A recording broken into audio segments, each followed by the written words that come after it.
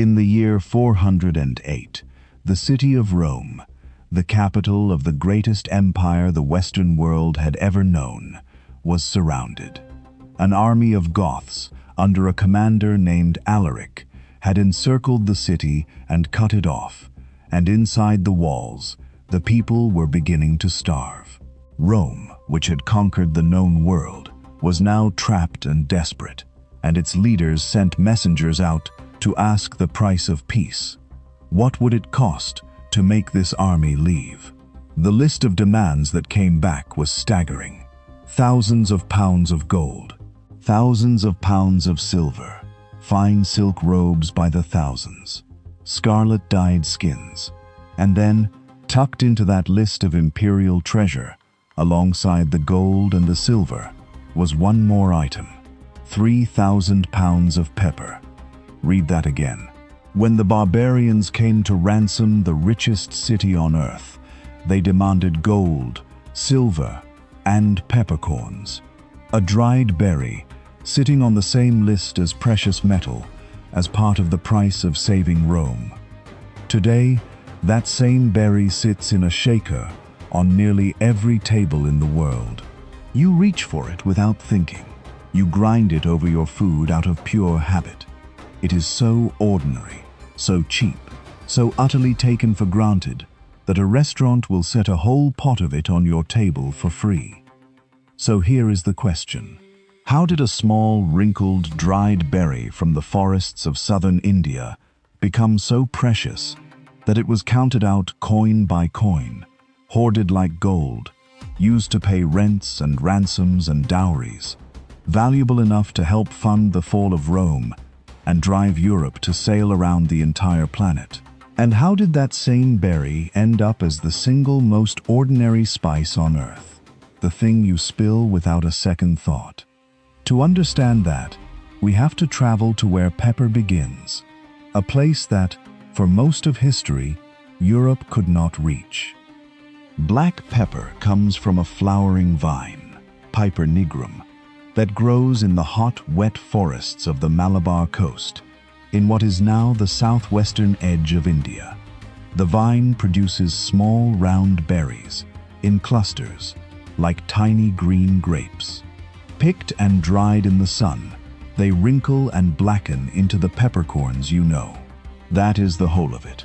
A vine, a berry, some sunshine. Nothing rare, nothing magical, where it grows.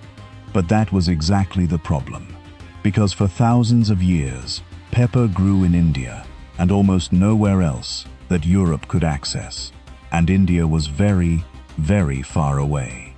Between the pepper vines of the Malabar coast and the dinner tables of Europe lay a vast and dangerous world of oceans, deserts, mountains, and, most importantly, middlemen. Every hand that pepper passed through added its markup, its risk, its profit, and there were many hands. The pepper trade is ancient. Indian pepper has been found in the trade of civilizations thousands of years old. In a detail that sounds almost invented, archaeologists examining the mummified body of the Egyptian pharaoh Ramesses II, who died over 3,000 years ago, found peppercorns that had been placed inside his nostrils as part of the elaborate embalming process. Pepper from India, inside an Egyptian pharaoh, more than a millennium before the Roman Empire even existed. The trade routes that carried it were already old when Rome was young. By the time of the Roman Empire, pepper had become a genuine obsession. Rome could not get enough of it. Roman ships, taking advantage of the seasonal monsoon winds that could carry a vessel across the open ocean from Egypt to India and back, sailed in fleets to the Malabar coast and returned loaded with pepper. So much Roman gold flowed east to pay for pepper and other luxuries that Roman writers of the time complained bitterly about it, grumbling that the empire was being drained of its wealth to satisfy the appetite for these Eastern extravagances. One Roman writer sourly noted that no year passed in which India did not drain the empire of vast sums of gold. Pepper was a trade deficit 16 centuries before the phrase existed. The Romans put pepper in everything. A famous surviving Roman cookbook is absolutely saturated with it. Pepper in meat dishes, in sauces, even in sweet dishes and desserts. It was a mark of sophistication and wealth to serve heavily peppered food. And Rome built special warehouses just to store it. There were dedicated pepper warehouses in the heart of the city, treated as repositories of genuine wealth, because that is exactly what pepper was. So when Alaric and his army stood outside the walls in 408 and drew up their list of demands, pepper on that list was not strange at all. To a Roman, 3,000 pounds of pepper was 3,000 pounds of treasure. It was as natural to demand it as to demand gold. And here is what makes pepper's value so fascinating and so different from a spice like nutmeg. Pepper was not merely expensive. Pepper became money. Because it was valuable, compact, durable, and did not spoil, pepper could be counted, weighed, and stored like currency. And so people began to use it exactly like currency.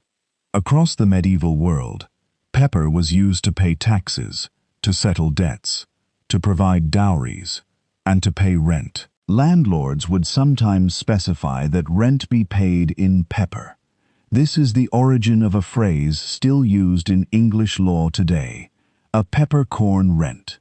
A peppercorn rent now means a tiny, token, almost symbolic payment, because pepper eventually became cheap. But the phrase is a fossil from the age when a single peppercorn was a thing of real, countable value, precious enough to represent a rent payment. There is a class of people history remembers with a wonderful name because of all this. In medieval London, the wealthy merchants who dealt in pepper and other spices, who weighed out this valuable dust on their delicate scales, were known as pepperers. Over time, as they dealt in more and more goods that had to be carefully weighed, they became known by another word derived from the Latin for someone who deals in large quantities: grocers. The word grocer, the name of the shop where you buy your food today, traces back to the medieval guild of merchants who grew rich weighing out pepper. If you're finding this as fascinating as I am, take 1 second to hit subscribe. The Tiny Grand uncovers the grand hidden history of a tiny everyday thing every single week. Now, back to the pepper, because Europe was about to go to extraordinary lengths to get more of it. Here was the situation as the Middle Ages wore on. Europe was addicted to pepper. But Europe did not control a single inch of the trade. The pepper grew in India.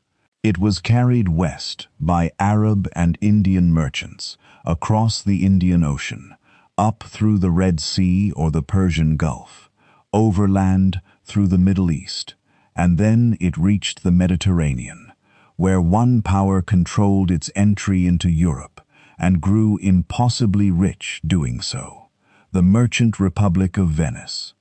Venice had cornered the European end of the spice trade.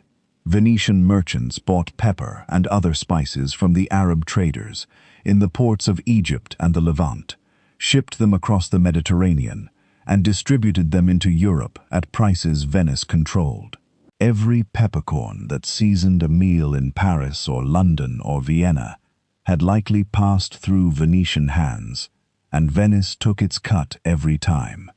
The magnificent palaces of Venice, the art, the power of that small city floating on a lagoon, a great deal of it was built on the spice trade, and pepper was the king of spices. And this is the pressure that changed the world. The other nations of Europe, especially those on the Atlantic coast, like Portugal and Spain, looked at the fortunes flowing into Venice and the Middle Eastern middlemen, and they burned with a single desire: to cut out the middlemen, to find a way to sail directly to the source of the pepper, load their own ships, and break the stranglehold. If you could reach India by sea and bring pepper back yourself, you would not just be rich, you would be one of the richest powers on earth. This desire, the hunger to reach the source of the spices and seize the trade, was the true engine of the age of exploration. We often tell that story as one of noble curiosity, of brave men wondering what lay beyond the horizon. But underneath the romance was a berry. Christopher Columbus sailed west in 1492, convinced he could reach the spice-rich Indies by crossing the Atlantic. And when he stumbled into the Americas instead, he genuinely believed for a time that he was near India, which is why he called the peoples he met Indians, a misnomer that has lasted 5 centuries. He was, in a very real sense, lost while looking for pepper. The man who actually found the sea route was the Portuguese explorer Vasco da Gama. In 1498, after an epic and brutal voyage around the southern tip of Africa and across the Indian Ocean, da Gama's ships arrived on the Malabar coast of India, the pepper coast itself. When he was asked what had brought him and his men so far across such danger, the answer he is said to have given captures the entire age in a single sentence. They had come, he said, seeking Christians and spices. Da Gama's voyage was the breakthrough Europe had dreamed of. He returned to Portugal with a cargo of pepper and other spices, and even though he had lost ships and many men, the value of that cargo was so enormous that the voyage was considered a triumph beyond price. The sea route to India was open. The Venetian and Arab monopoly had been broken, and a small nation on the western edge of Europe, Portugal, suddenly held the key to the most valuable trade in the world.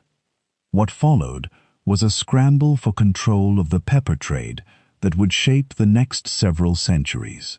The Portuguese moved to dominate the Indian Ocean by force, building fortified trading posts and using their heavily armed ships to control the sea lanes. Then came the Dutch and the English, forming their great East India companies, corporations with fleets and armies, to seize their own share.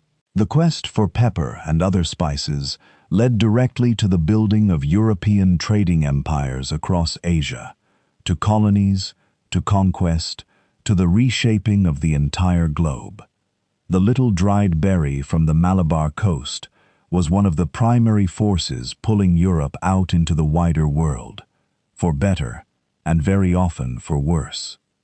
But here is the twist, the same twist we have seen again and again with precious things. The very success of the pepper trade destroyed pepper's value. For as long as pepper was rare and hard to get, it was worth a fortune.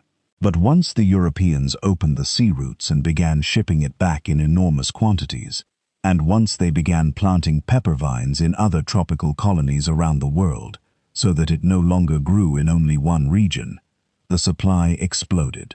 And when supply explodes, price collapses. It is the iron law that governs every one of these stories. The flood of pepper into Europe, decade after decade, century after century, gradually turned it from a treasure into a commodity. It became cheaper and cheaper and cheaper. By stages, pepper completed one of the most dramatic falls in value in all of history. The berry that ransomed Rome, that paid rents and dowries, that launched fleets and built the palaces of Venice, slowly became something anyone could afford, and as it became common, it lost its magic. A substance is only a status symbol when your neighbor cannot have it. Once pepper was on every table, serving it said nothing about your wealth at all. The rich moved on to rarer things, and pepper settled into its final role, the everyday, universal, unremarkable seasoning it is today. Today, pepper is grown across the tropical world. Vietnam is now the largest producer by far, along with India, Indonesia, Brazil, and others. And it is produced by the hundreds of thousands of tons every single year. It remains, by volume of trade, one of the most traded spices on the planet. People sometimes call it the king of spices still. But the king now costs a few coins for a jar. It is so abundant that it has become the default seasoning of the entire world, sitting beside salt as the two things you will find on virtually every table, in virtually every kitchen, in virtually every restaurant, everywhere. And there is a quiet symmetry in that final pairing, salt and pepper, standing side by side in their little shakers. Both were once treasures worth fighting over. Both drove trade and shaped economies and were, at times, worth their weight in precious metal. And both suffered the same fate, conquered by their own success, made so abundant that they became invisible. The two great precious substances of the ancient and medieval world now sit together as the very definition of the ordinary. So why pepper? Why did this particular berry, out of all the plants in the world, gather such an outsized history around itself? The answer is the same equation we keep arriving at. Pepper was intensely, universally desired. It made bland food delicious. It signaled wealth. It was woven into medicine and cooking and status. And for most of history, it was intensely difficult to get, because it grew far away and had to pass through a long chain of middlemen who each guarded their profit. Desire that strong, meeting supply that constrained, generates enormous value, and enormous value drives people to extraordinary lengths. To pay ransoms in it, to use it as money, to sail around an entire continent to reach its source, to build empires to control it. It was never really about the flavor of a berry. It was about the gap between how much the world wanted it and how little of it the world could reach. And the moment that gap closed, the moment the sea routes opened and the vines spread and the ships came flooding back full, the value drained away, exactly as it always does. Pepper teaches the same lesson as salt, as nutmeg, as sugar. The treasure was never in the thing itself. It was in the distance between the thing and the people who wanted it. Close that distance, and the treasure becomes a table condiment. Somewhere right now, on the Malabar coast of India, pepper vines are climbing their supports in the wet heat, dropping clusters of green berries that will be dried in the sun exactly as they have been for thousands of years. Somewhere, a cargo ship is carrying tons of peppercorns across the very oceans that men once died crossing to reach them. And somewhere, in a kitchen, maybe yours, a pepper grinder sits beside the stove, refilled without a thought, twisted over a plate out of pure habit, holding no memory at all that the dust falling from it was once counted like gold. The next time you grind a little black pepper over your food and think absolutely nothing of it, remember, you are seasoning your meal with the berry that ransomed Rome, that paid the rent of medieval Europe, that gave us the word grocer, and that sent explorers around the entire planet in search of its source. Not bad for a wrinkled little berry. If this story surprised you, hit subscribe. The Tiny Grand tells the grand hidden history of a tiny everyday thing every week. Drop a comment telling me which everyday object or spice we should uncover next. And if you learned something tonight, share this with someone who reaches for the pepper without ever thinking twice. It's about how you feel when you wake up.